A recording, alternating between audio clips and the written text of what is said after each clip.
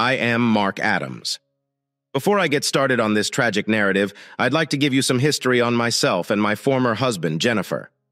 I stand at 510 pounds and weigh 180 pounds less. I stay active by running 2 laps around the park every morning when work allows. In addition, I swim many miles per week and visit a traditional gym twice a week for weightlifting and MMA training. While I'm not quite Bruce Lee, the most of my 180 lifetimes revolve around muscle. Some claim I resemble George Clooney. I have a master's degree in computer technology, a postgraduate degree in business management, and a bachelor's degree in economics, all from Oxford University in England. My father served in the U.S. Embassy as a translator, which first led us to England. After his service, he went to the United States, but I chose to stay to finish my degree. I currently own and operate my own computer repair business. In addition, I'm working on a new core software that will cater to a wide range of applications, from gaming to military. Its main characteristic is its real-time problem-solving capabilities. It should be ready for implementation within the next 6 to 12 months. My younger sister, Patricia, is 2 years younger than me, known as Party Pat. I enjoy our intimate relationship. We discuss everything and have no secrets from one another. She currently works as a junior partner at a prestigious law firm in New York State. Jennifer, my ex-wife, is 5 feet 3 inches tall and weighs 110 pounds. She maintains her thin shape by going to the gym at least 4 times per week, and she has an angelic face. Her smile lights up any room. Jennifer's features are striking: a 34B chest, a 22 tweed waist, and 33 hips, with red hair and green eyes. She has a temper that matches her fiery appearance. Jennifer has a law degree and works as a corporate attorney for XYZ, a public relations advertising business. Jennifer and I met for the first time at Pat's graduation ceremony.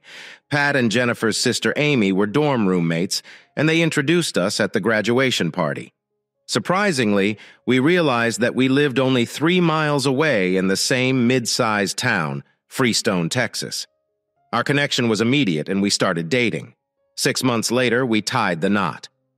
Jennifer started her career at X, Y, and Z as a junior attorney, earning a modest 5-figure salary plus bonuses. While I worked as a software code compiler and DX compiler for ABC flight controllers, earning a reasonable 5-figure salary plus bonuses, we lived in a beautiful neighborhood in the 3-bedroom house left to me by my grandparents. Pat received a big sum inheritance despite Jennifer's parents and sister residing in New York. My folks had moved to Florida after retiring. We met with our different families around twice a year, alternating between Thanksgiving and Christmas. With comfortable wages, good automobiles, and biannual trips, we lived a contented existence. Jen's advancement to junior partner came 2 years into her work and represented a turning point. She started working late and would occasionally join her buddies for Friday night activities. Naturally, I became suspicious and resorted to normal actions as inspecting her possessions, reading her emails, and even placing a keylogger on her laptop. Putting paranoia aside, I couldn't shake the feeling that something was wrong with our marriage.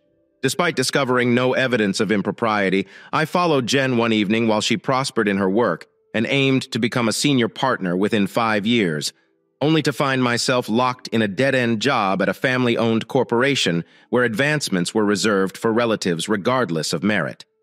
Frustrated by the lack of prospects for promotion, I decided to start my own business specializing in corporate computer repair and security improvements.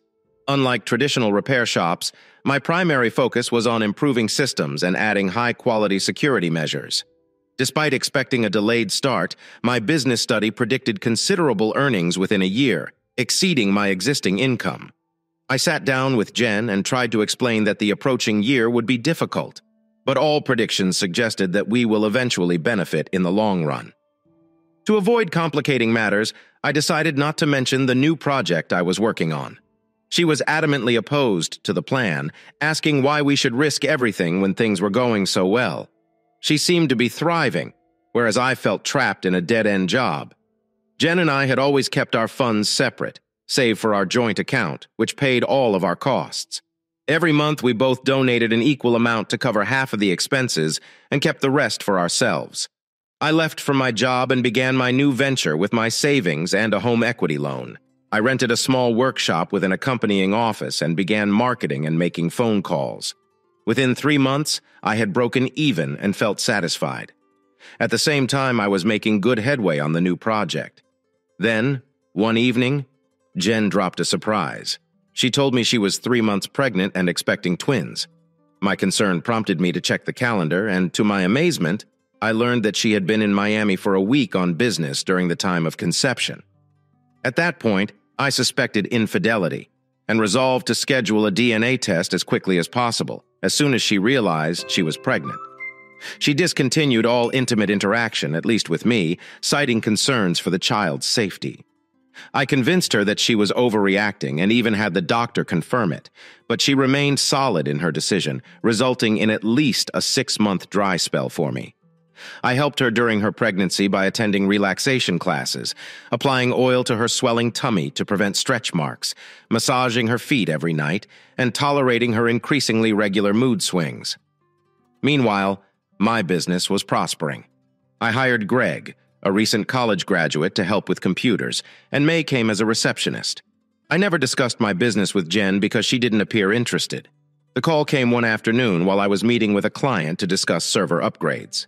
The baby was on its way, and I had to run to the hospital.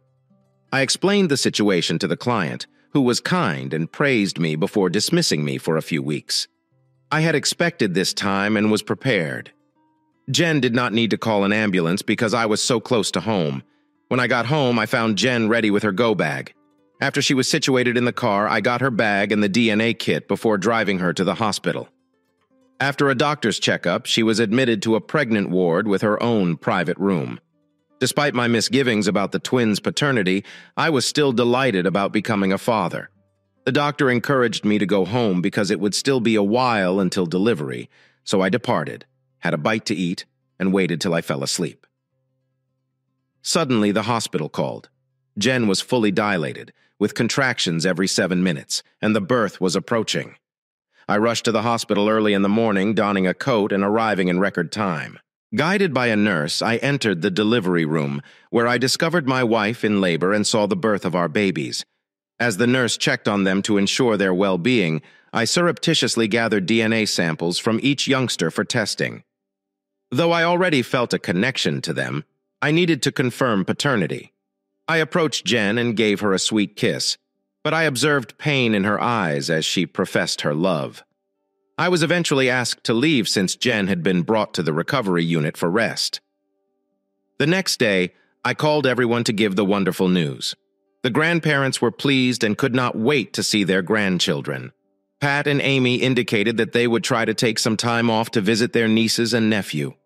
I went to the hospital with a huge bouquet for Jen and dropped off the DNA kit along the way. According to the information provided, the findings would take around 10 days to appear.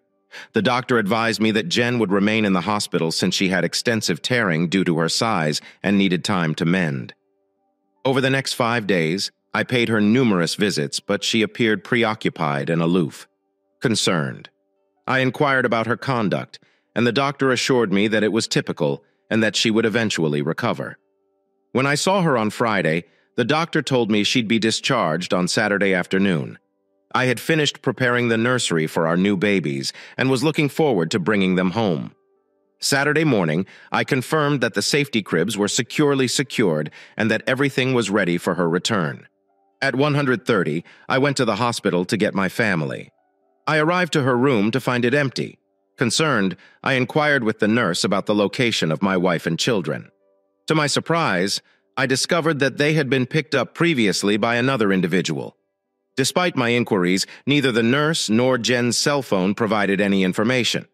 When the senior nurse interfered, the situation became more serious, prompting the involvement of security and law enforcement. Due to fears of an abduction, authorities investigated surveillance footage, which indicated Jen had departed voluntarily with the man whose identity remained unknown. I was advised to return home and promised that additional contact would follow. I was sitting at home feeling ill and anxiously expecting news. Around 6 p.m., there was a knock on the door peeping out. I saw the same 2 investigators as I let them in. I observed that none would meet my gaze. I asked about the situation, and the woman answered first. "Mr. Adams, we have visited your wife, and she and the children are safe. However, we cannot reveal their whereabouts. I am truly sorry." Confusion grabbed me. Where's my family? Why is Jenny not answering her phone? What's happening? The male detective spoke next. I'm sorry to inform you that your wife has left you with the children. She said that her attorney would call you soon. Again, I'm so sorry. Please do not take any rash decisions until you hear from her. I hate to see you in difficulty. With that, they left me alone once more. Hollow made my hands tremble and tears streamed down my cheeks. I had reached the depths of despair. On Sunday morning, I awoke from weeping myself to sleep. I went through the rituals of getting up, showering, dressing, and preparing breakfast almost automatically. After breakfast, I felt a little better and decided to phone Jen's parents, hoping they could provide some information. Jen's father answered the phone eagerly, assuring me that they planned to visit next weekend. I interrupted him and explained what had happened. He expressed disbelief in Jen's behavior and promised to contact her and get back to me.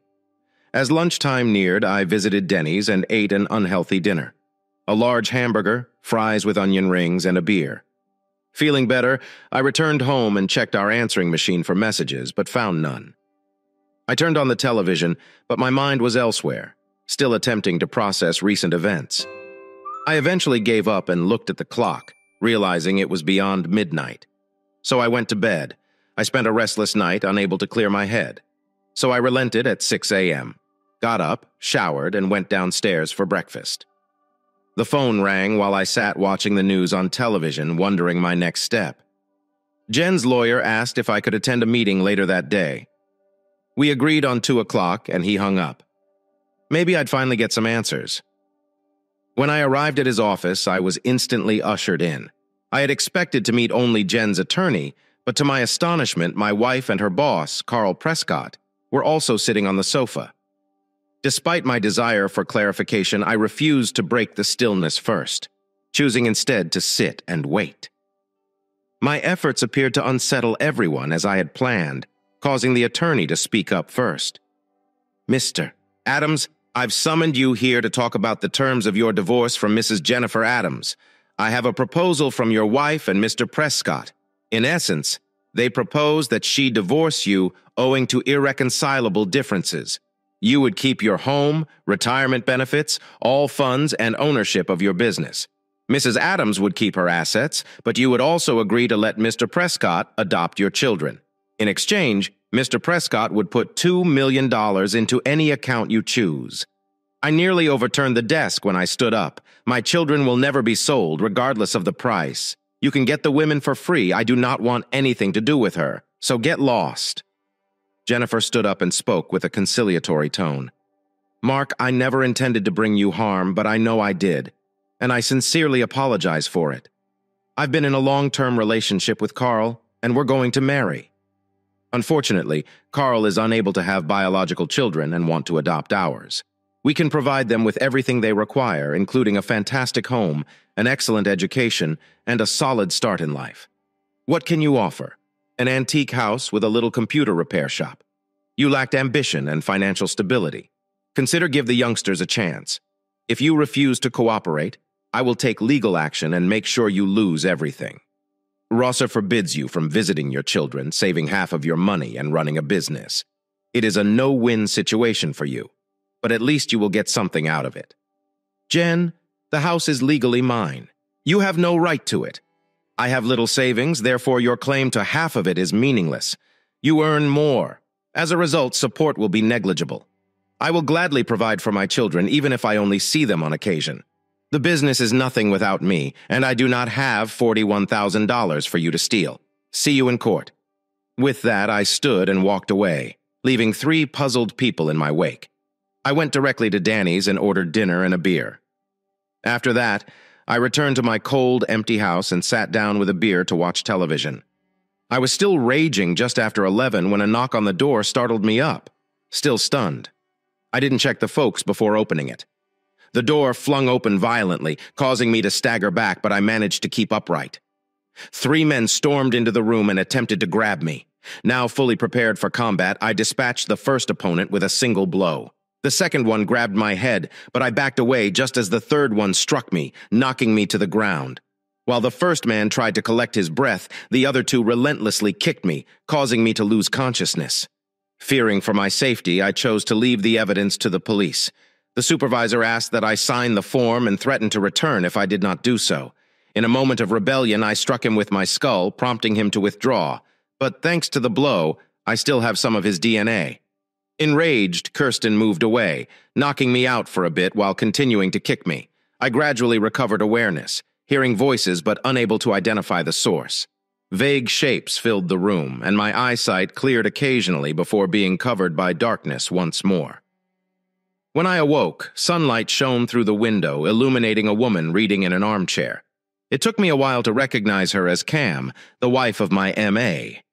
Attempting to talk through my parched mouth produced only a croak, which Cam noticed and quickly summoned assistance with the call button. A nurse arrived, smiling as she checked my vital signs and inquired about my condition, to which I could only croak, a response. After a little interval, she returned with ice chips that tasted better than the finest scotch. Cam clutched my hand and dialed quickly with the other. "I'm glad to see you're back, Mark. You really terrified us. How do you feel? Like I was hit by a truck. A truck might have caused less damage at that time." A doctor entered. "I'm relieved to see you awake after a 3-day coma. I believe you have turned a corner. Are you willing to eat anything dark? I could eat an entire cow horn and all. Just make sure it's thoroughly cleaned." Everyone found it amusing. But as I tried to join in the laughter, the pain in my chest and side was so severe that I almost passed out. Before leaving, the doctor increased my pain medication and showed me how to press the button to get more morphine. Assuring me of his impending return, I fell into a semi-conscious state induced by the morphine for what felt like hours. Phil informed me about the events that occurred just over an hour before he entered the room. I had been assaulted in my own home, and the neighborhood watch patrol had observed my open front door, sparking an investigation that resulted in the discovery of me laying in a pool of blood. They swiftly phoned an ambulance and the authorities, who discovered Phil's contact information in my phone, which I had saved under ice in case of an emergency. Since then, either he or Cam has been by my side constantly. He advised me that my injuries were pretty severe.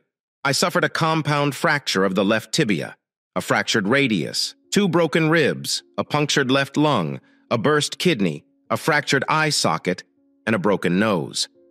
Despite this, he told me that I was all right, which made me laugh, but it also caused me to choke a little. Fortunately, the discomfort was less acute. Once I was declared safe from immediate threat.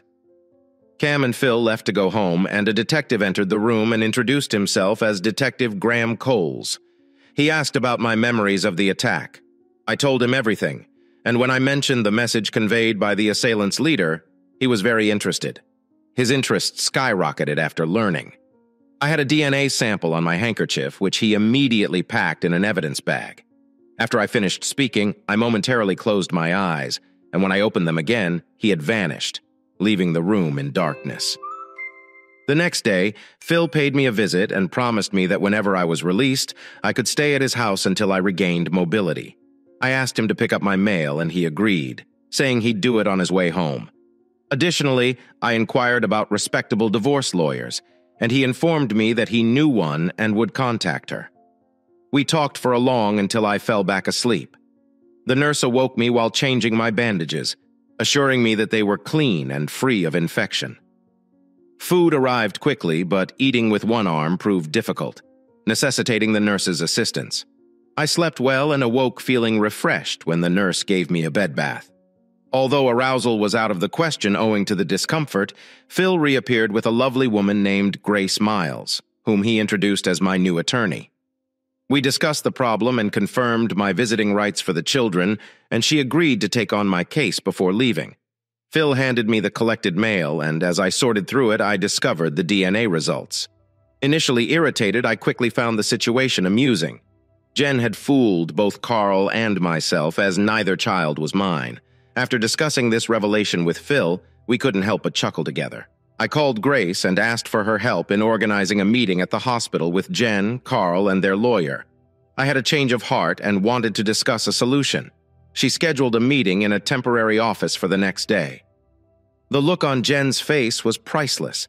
Phil wheeled me into the office with my arm and leg covered in plaster and tubes hooked to my body. My face and body were bruised. Jen seemed genuinely surprised by my arrival, whereas Carl simply smirked. Addressing my adversaries, I talked well following a visit from several of your acquaintances. I've reconsidered my position. And Carl, there is no point in denying your involvement. The last words your goons said were, "Sign the papers." Who else could have said it unless you sent them? My lawyer has written a new document for me to sign, which will allow you to adopt the children, but without the $2 million incentive. You know, my attorney said that your prior document made it appear that I was selling the children to you, which might lead to accusations of human trafficking because it is illegal to sell another human being. But I will give you credit for your efforts. I handed the document to their lawyer, who accepted it with a tinge of remorse, and then I proceeded. My lawyer and I have proposed a new deal for you to consider. It is all outlined here. My lawyer delivered the materials to their lawyer and made copies for Jen and Carl to review. I then addressed them again. As you can see, this agreement significantly differs from your plan. Chalk differs from cheese.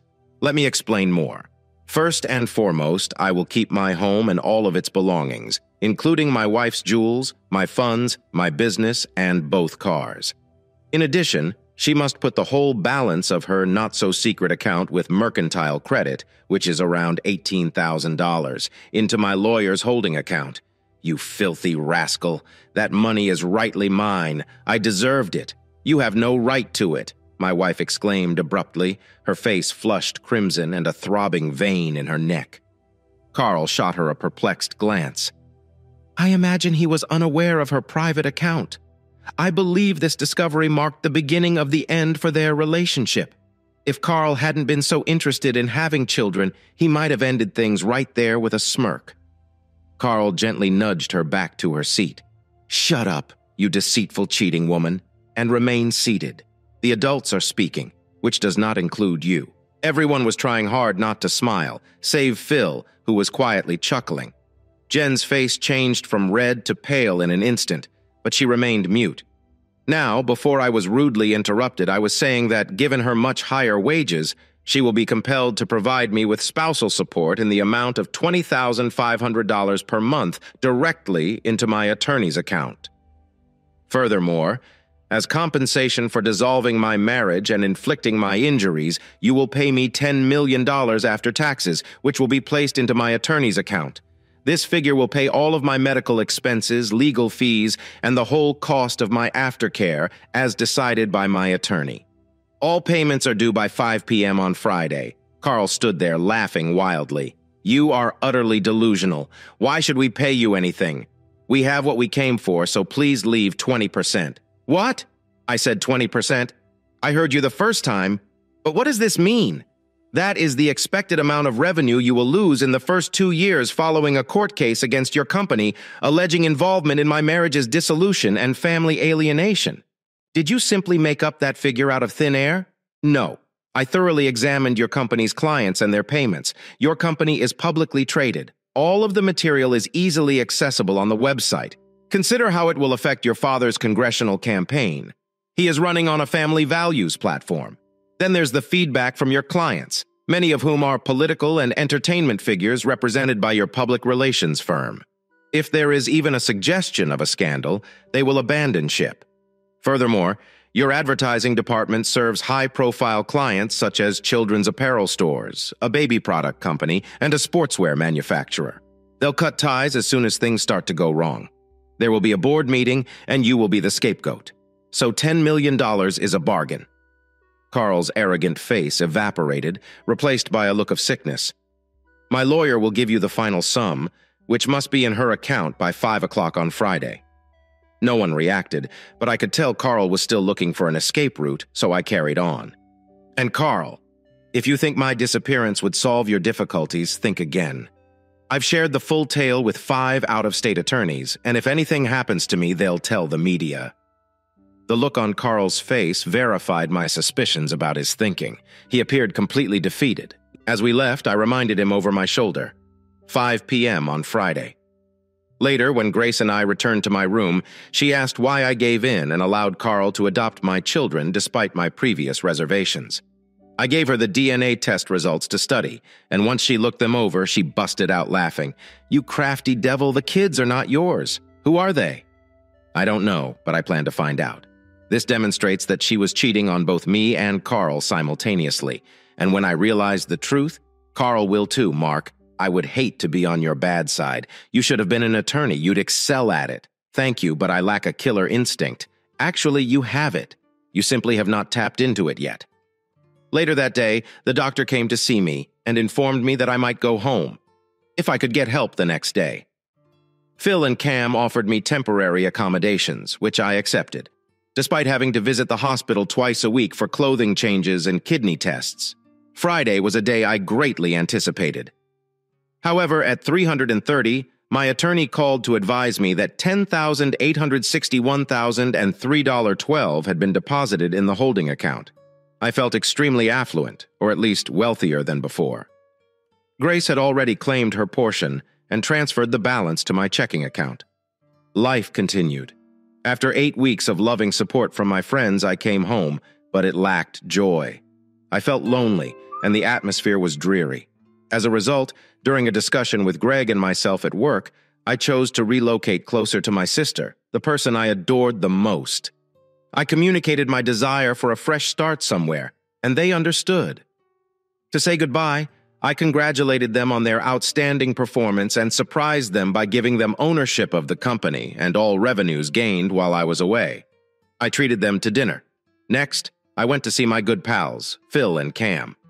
Over dinner, I presented them a check for $500K to cover my convalescence care. They were initially hesitant, but I explained that Carl's firm was paying the bill, so it was not coming out of my wallet. They accepted. I expressed my ambitions to relocate to New York to be closer to my sister over a glass of wine. Phil asked about my house, and I replied that I might rent it out. He was anxious and ultimately confessed that his son Eric, who had recently graduated with an engineering degree, was expecting a kid with his fiancée but had no place to reside. They did not want to impose on Phil and Cam, so Phil inquired if they could rent my house. I was excited at the opportunity to help my friends and give a home for a young couple. I told Phil to establish a moderate rent and that they save the remainder for their child's schooling. Cam's grasp was so strong that I worried she'd shatter my ribs again, and Phil's eyes welled up with tears. The next day, I contacted Party to explain the situation and ask if I may stay with her briefly. She was ecstatic and started preparing activities for us. 3 weeks later, I locked my house for the last time, shedding a few tears on my way to Phil's to return the keys.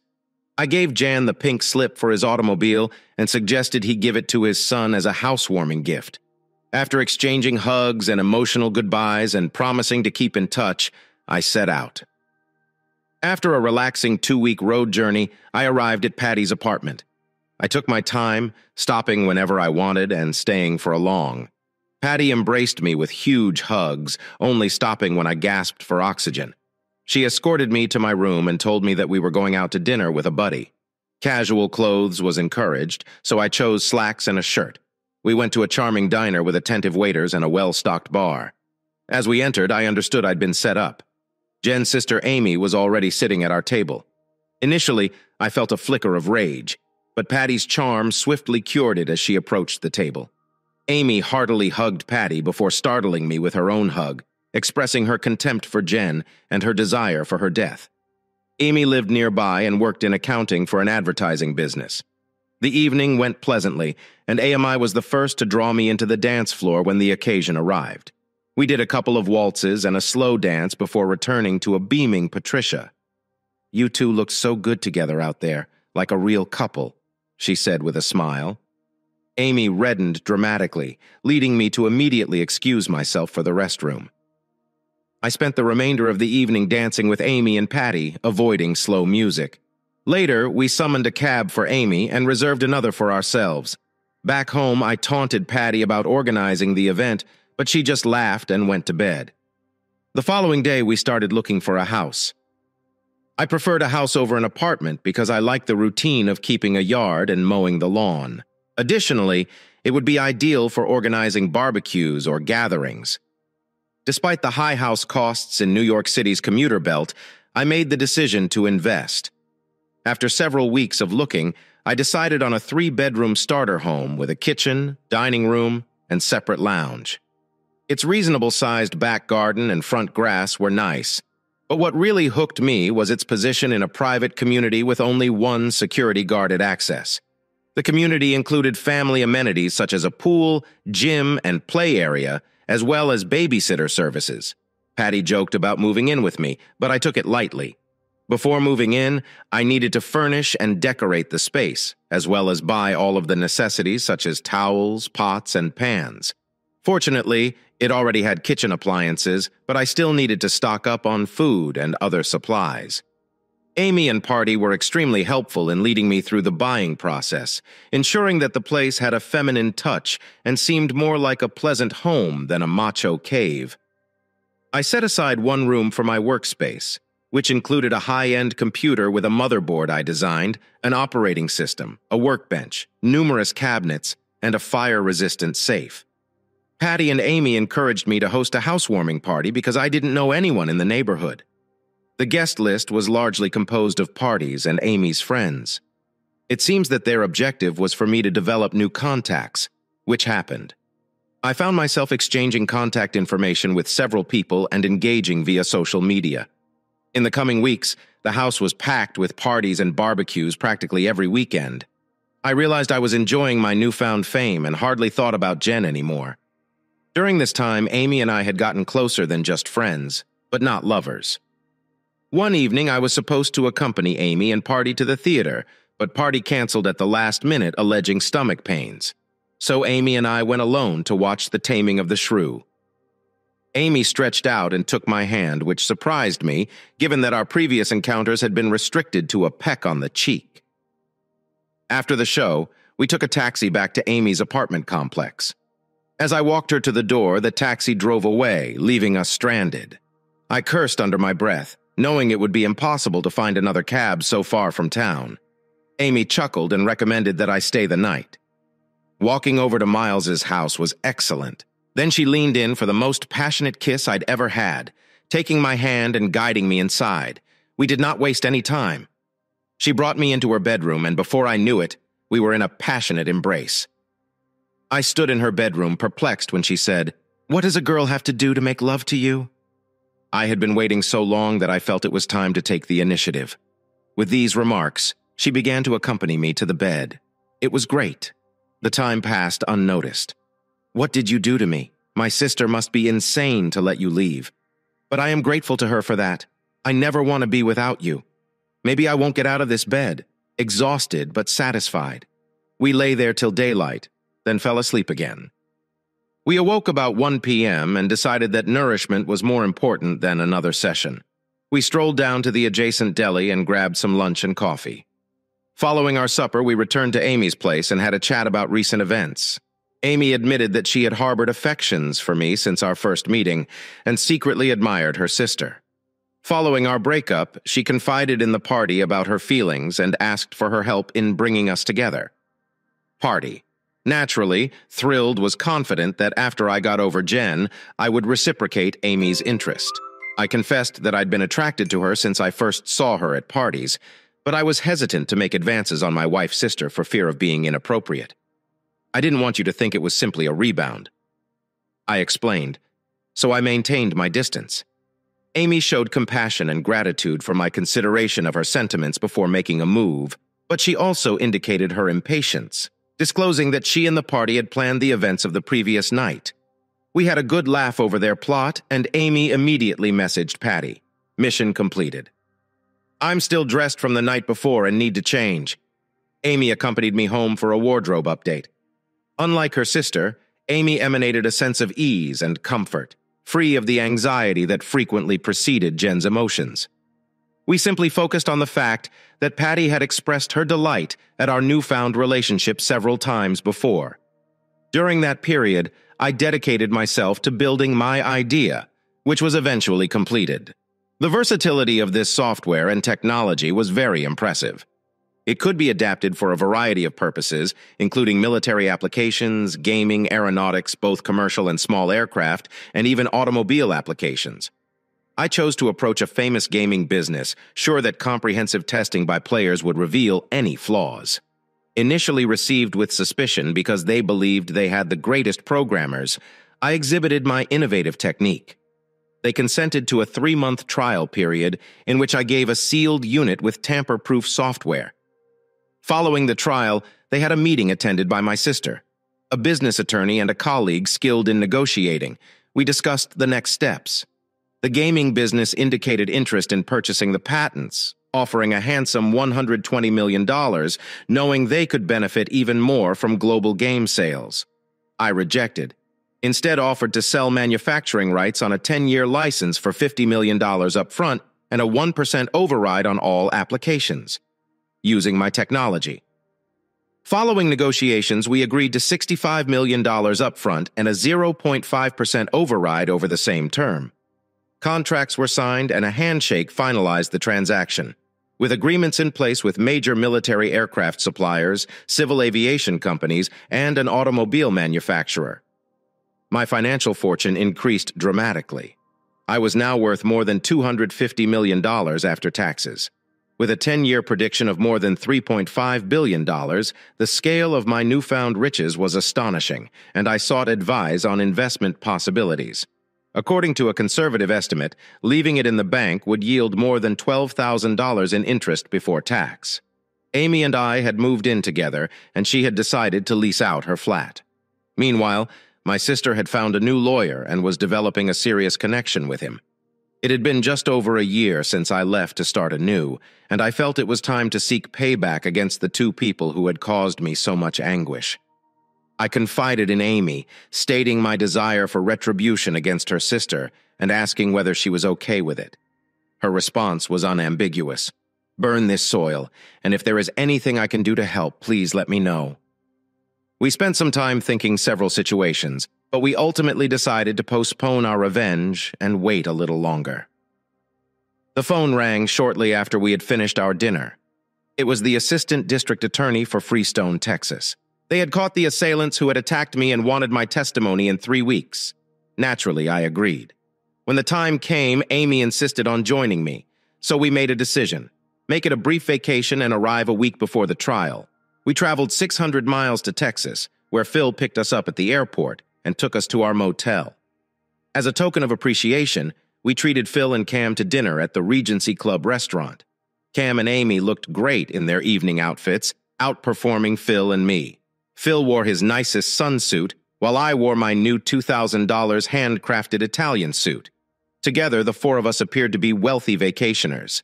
We had never eaten at this restaurant before because it was too expensive before my newfound money. We arrived at the restaurant in a limousine, which I wanted to make extra memorable for Phil and Cameron. A uniformed doorman kindly opened our car doors for us. Later, the entryway of the restaurant. When we entered the head, waiter greeted us and led us to our seats. Soft music played in the background, adding to the atmosphere. Phil and Cam were excited about the evening ahead. We began with a light appetizer of melon and thinly sliced Parma ham, followed by our choice of main meal, complemented by a fruit salad, and finished with both a full-bodied red and a white dessert. Wine. As we approached the end of our dinner, our thoughts moved to the dancing floor.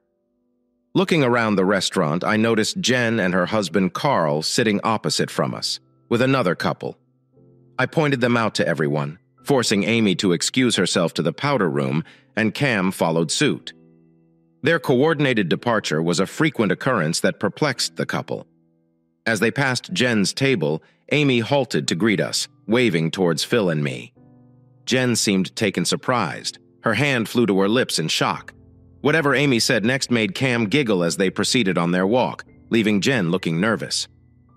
She left the restaurant quickly without saying anything. Carl came in close behind. When the ladies returned, I asked what prompted Amy's reaction. Cam recounted that after greeting Jen, she asked who Amy was with, to which Amy responded, "I'm with another millionaire sitting over there," referring toward me. She then continued, "I must thank you for leaving your husband. We were designed for one another. I just don't see what you see in this stuffed monkey. You clearly traded down before walking away." The rest of the evening was spent dancing and laughing over Amy's interaction with her sister, since Cam and Phil had to work. Amy and I indulged in tourist activities, including sightseeing and a day at a gun ranch where we shot various guns.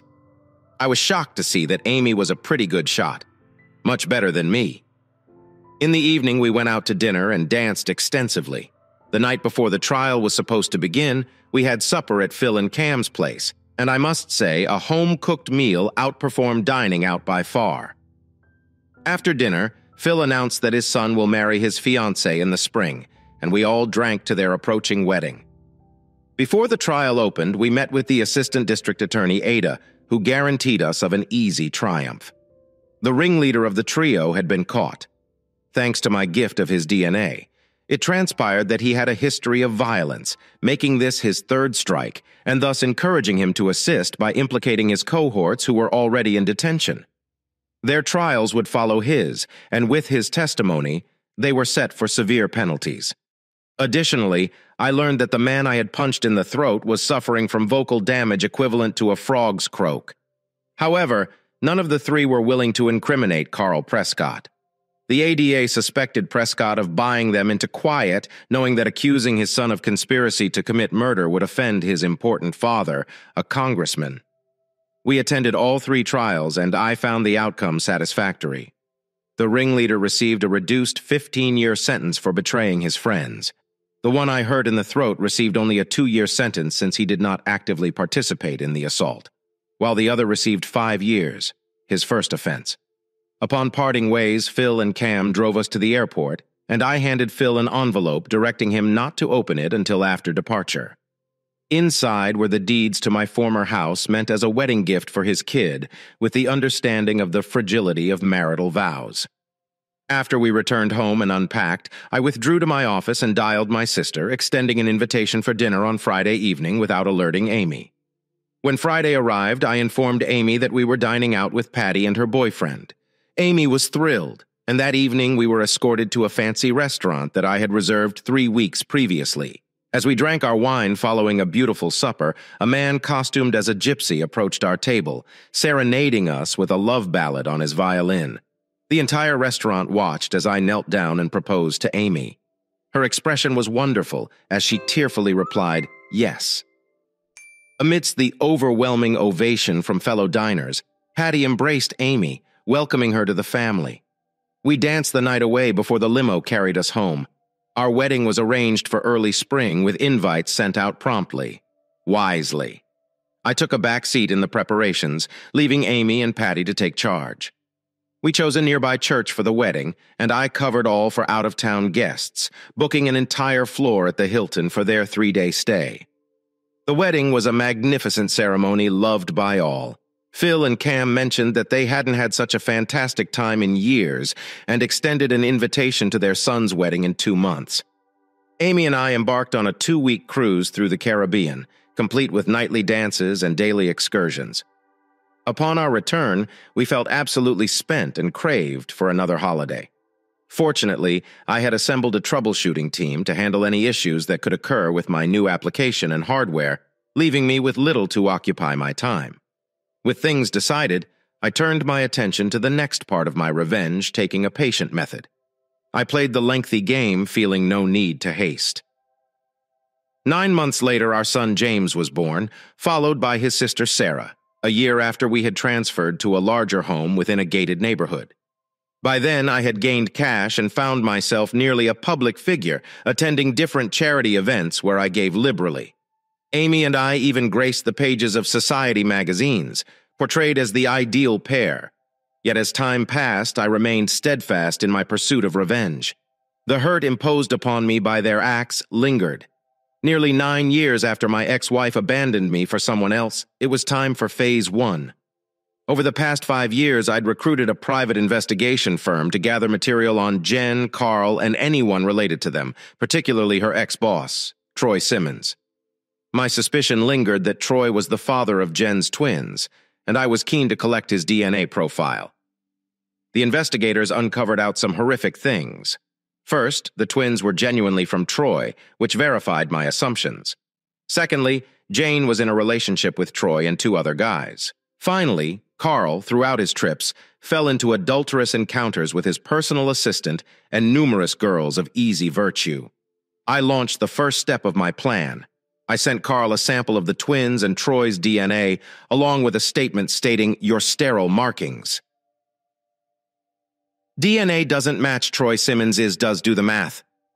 With this revelation, it became apparent that the twins weren't mine, showing that Jen had been connected with Troy while being with Carl. The essence, she was cheating on both of us concurrently.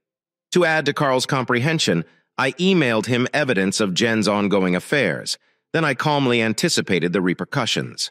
About 2 months later, Phil called me to advise that Carl had kicked Jen out and exploited their prenuptial agreement to keep custody of the children whom he had officially adopted.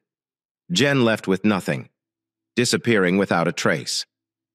Naomi phoned her parents, only to discover that her father had sent her some money and shut off further connection. Phase 1 was complete. Jen now tasted the sting of treachery and loss of her children. Apparently, she still had access to her email as it remained active. Deciding to spice things up, I emailed her. The private investigators report on Carl, along with some incriminating images of him with other women. That should change things up in the divorce procedures. A few days later, Amy and I were seated watching an old movie when the intercom from the security gate buzzed. The guard on duty inquired if a Mrs. Prescott could come to our residence. I asked him to wait a minute, so I could consult with Amy. She appeared as perplexed as I was, but agreed, saying, "Let's hear what she's got to say." So I instructed the guard to let her in. A few minutes later, there was a knock at the door.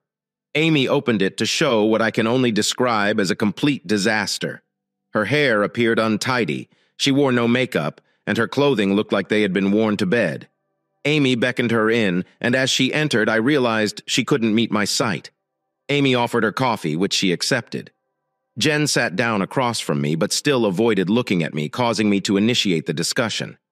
I was still enraged with her, but part of me felt sorrow for the shattered figure before me, a figure I had played a part in breaking, which left me feeling somewhat guilty until I realized what she had done to me. "You look dreadful." "What happened?" I exclaimed at that. She fully broke down, weeping uncontrollably. It took us 10 minutes to calm her down, enough to speak, and through sobs, she began to explain. "He somehow found that the twins weren't yours and that I was connected with Troy during our relationship. It wasn't difficult for him to figure out. Then he heard that I continued to see Troy even after we got. He became irate and threw me out in just the clothing I was wearing. I still had my car keys and laptop in my car, along with a couple of $1,000 in my account. So I checked into a motel. However, nobody wanted to talk to me after what I had done to you. I lost all my friends and my family disowned me. I attempted to call his father, Barry, who informed me that he now had his heir to the family riches and didn't need me anymore. I reached out to my dad, who reluctantly consented to talk with me and sent me some money, directing me not to call again. With nowhere else to go, I took the rest of my money to come here, hoping Amy would show me some sympathy. I know you wouldn't lift a finger to aid me even if I were in grave straits, and I don't anticipate any aid from you. If it carries any significance, I really regret my conduct. I was self-centered and nasty, and I accept the consequences. But I miss my children and want them back.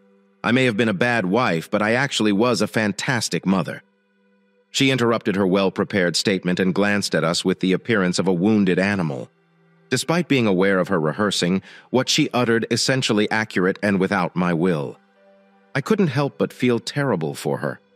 Moreover, I held a deep animosity towards Carl, as he had organized my agony, and his reckoning was rapidly approaching. There was also a debt owed in the shape of a beating, but that might be postponed. When Amy questioned if Jen was hungry, she said she hadn't eaten in 2 days. Amy swiftly whipped up some bacon, eggs, hash browns, followed by pancakes and syrup. Jen devoured them excitedly, wanting more coffee, which Amy graciously delivered. Subsequently, Amy brought her to the guest bedroom for a shower. While Jen was occupied, Amy located some clothing that would fit her and left them on the bed as Jen showered and dressed. Amy and I discussed about what to do with our surprise visitor. Despite her hate for Jen, Amy felt a familial obligation to support her, a sentiment I tentatively shared, largely because it would irk Carl to witness Jen's tenacity. We decided to have Jen remain in the guest bedroom temporarily early while we thought out alternative arrangements. Tomorrow, Amy intended to take Jen clothes shopping at Walmart. When Jen returned downstairs, she appeared much more rejuvenated.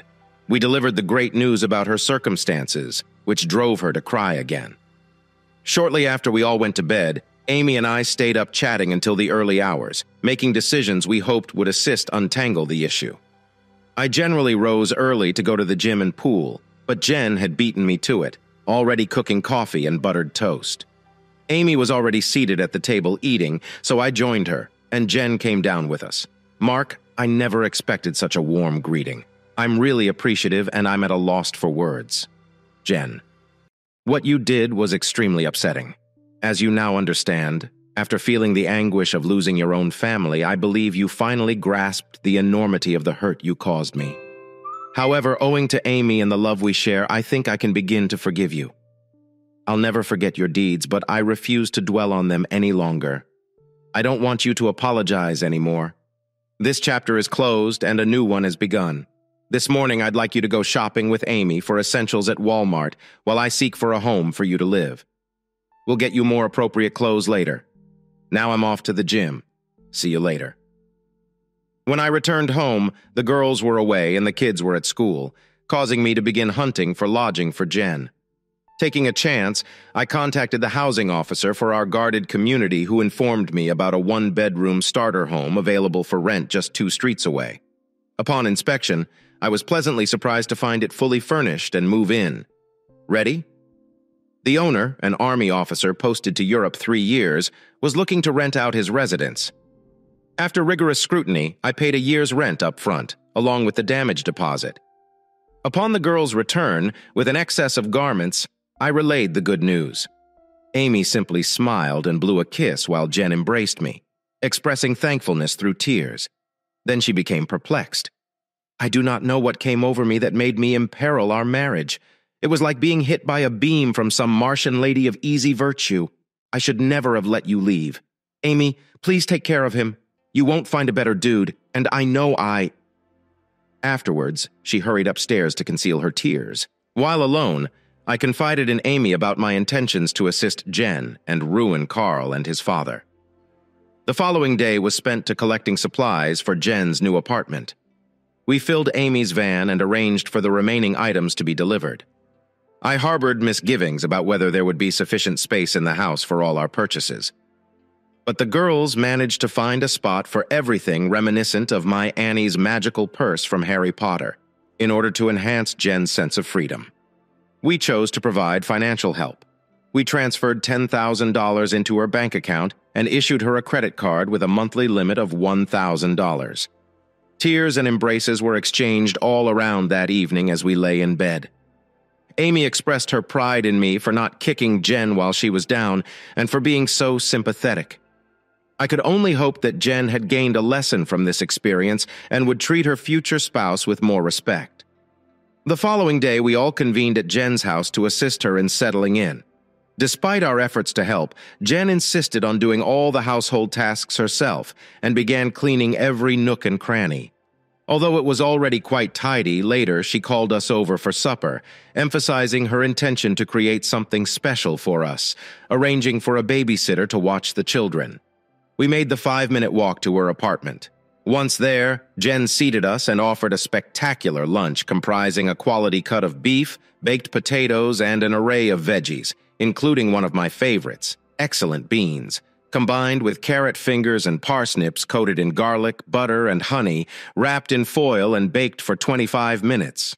For dessert, she offered baked pastry, apples packed with raisins topped with ice cream. We exited, feeling fully satisfied eyes.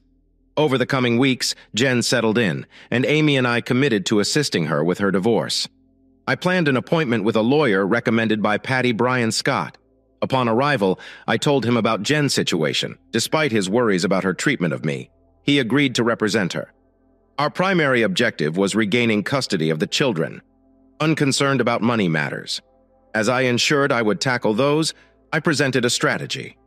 I had previously granted permission for Carl to adopt to the children, implying they might not be biologically mine. Brian voiced doubt, causing me to confess that I had denied a $2 million offer for the children and had authorized Carl's adoption without financial motivation. Instead, I sought a $10 million settlement for emotional pain implicating both Carl and XYZ advertising. This arrangement reached to shield XYZ reputation with a non-disclosure agreement in place.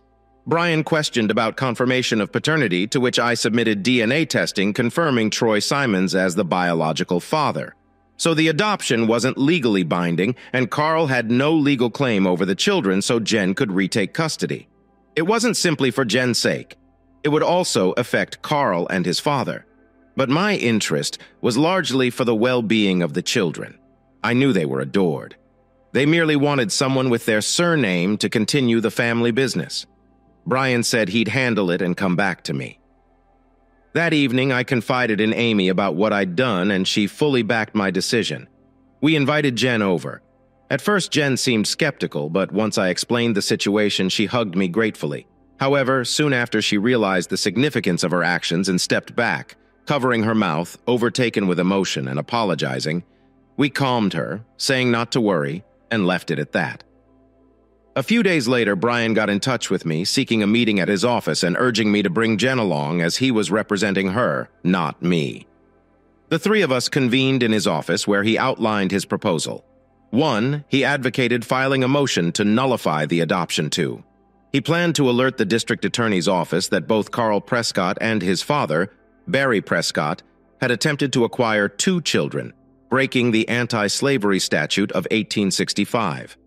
3, they had pressured Mr. Mark Adams into authorizing the adoption, which was invalid, as the children were not fathered by Mr. Adams.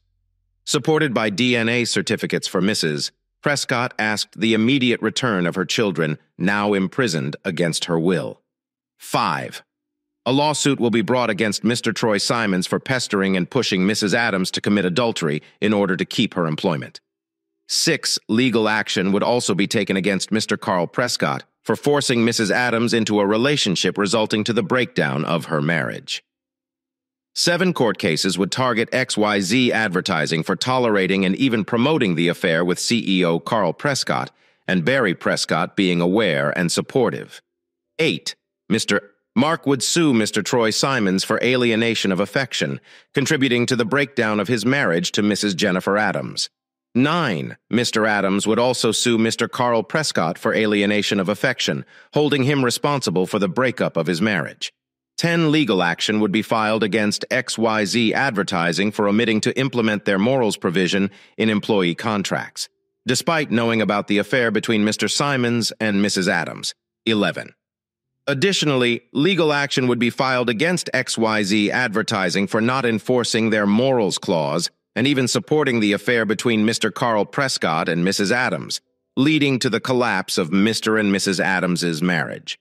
12, Mr. Mark Adams acknowledged signing a non-disclosure agreement for $10 million and committed to fulfill it by repaying the cash if necessary. After examining Brian's proposal touching not only XYZ Advertising, but also Troy, Carl, and his father, Barry, we were all left in shock. It surpassed any retaliation I had dared to contemplate. I encouraged Jen to brace herself as when the situation worsened, she would inevitably face its repercussions. She understood her role in bringing this upon herself and was ready to withstand the fallout. I instructed Brian to move forward at the earliest opportunity. I planned to expose XYZ to the media through a multidimensional campaign, primarily targeting Troy Simons, Carl Prescott, Barry Prescott, and ultimately XYZ Advertising. Brian assured preparedness within 2 weeks, during which he would seek to annul the adoption and reconnect Jen with her children. Leaving Brian's office, we felt a newfound purpose, and I sensed justice on the horizon. Despite Brian's efforts to regain custody, Carl and Barry gathered a team of lawyers to dispute the case in the second week of the judicial struggle. Brian launched the remaining actions as agreed. I sent the acquired material to various media sources a week later. This hastened the judicial proceedings. Once the media received wind, they besieged the courthouse and the residences of individuals implicated. Just as I feared, a wave of clients from XYZ, PR, and advertising either terminated their contracts or threatened to do so.